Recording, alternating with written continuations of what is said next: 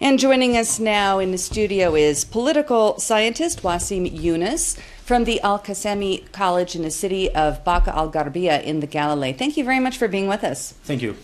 All right, it appears as though the former head of the World Zionist Organization and Labour Party Knesset member Avram Burg will be joining the Communist Hadash Party, which is predominantly Arab.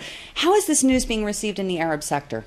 Listen, to a large extent, I think that it is, first of all, it was a surprise.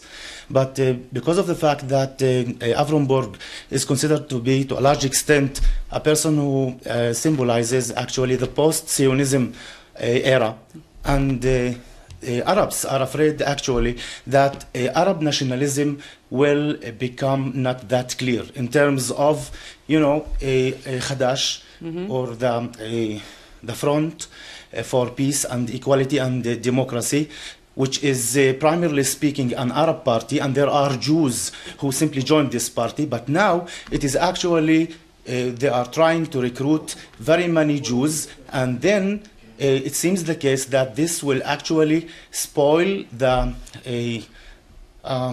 interest of Arabs to create unity in order to go to the Knesset as one Arab united party or less to the Knesset.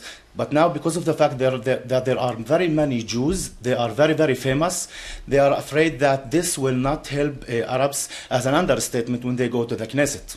Now, how are those reunification efforts to collate the Arab parties, which perhaps will include Hadash? How are they? What's the status of those efforts? To be honest with you, it's a kind of mishmash now. Nobody exactly knows what's going on. Yesterday there was a conference, a meeting actually between all parties, Arab parties in Nazareth, and at the end of the event, it was not clear whether they will unite or not.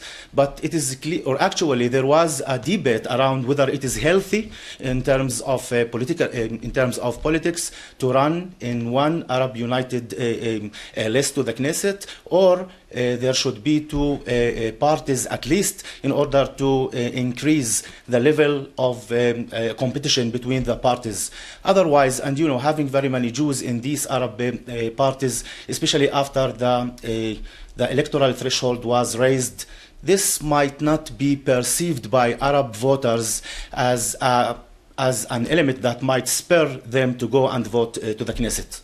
Now, you point out the number of Jews running with Arab parties, but on the other hand, we have an Arab woman who is running as a candidate in Beit Yehudi, and there are other Arab as well as Druze candidates that are included in other factions on the list. Do you think that these parties may attract the Arab vote, or if you know the percentages, tell us, does the Arab community in general only support the Arab parties? To a large extent, I believe that the Arab community especially after the nation-state bill, there are debates around this issue. And primarily speaking, I think that the vast majority of Arab voters will support Arab parties. But I think also that if the Arab parties, especially in this time, won't unite, this might spoil the efforts actually to go to the Knesset. It might. They might not meet the threshold. Yes, of course. And in addition to this, don't forget that there are secular parties and there are religious parties.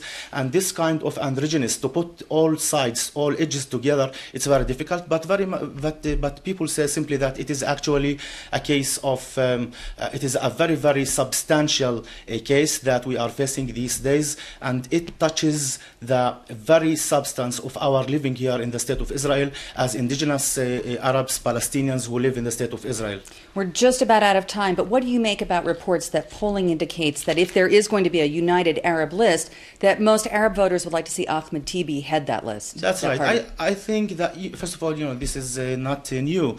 Apparently, there are certain features that Ahmed Tibi merits in, and indeed, the vast majority of voters see that Ahmed Tibi can indeed represent Arabs locally and internationally, and very often we see Ahmed Tibi is talking about symbolic based issues, and very often represents the issue of Arabs and the Palestinians in the United Nations, and also this linkage between the Arabs who live in Israel and the Arabs who live in the West Bank and the diaspora.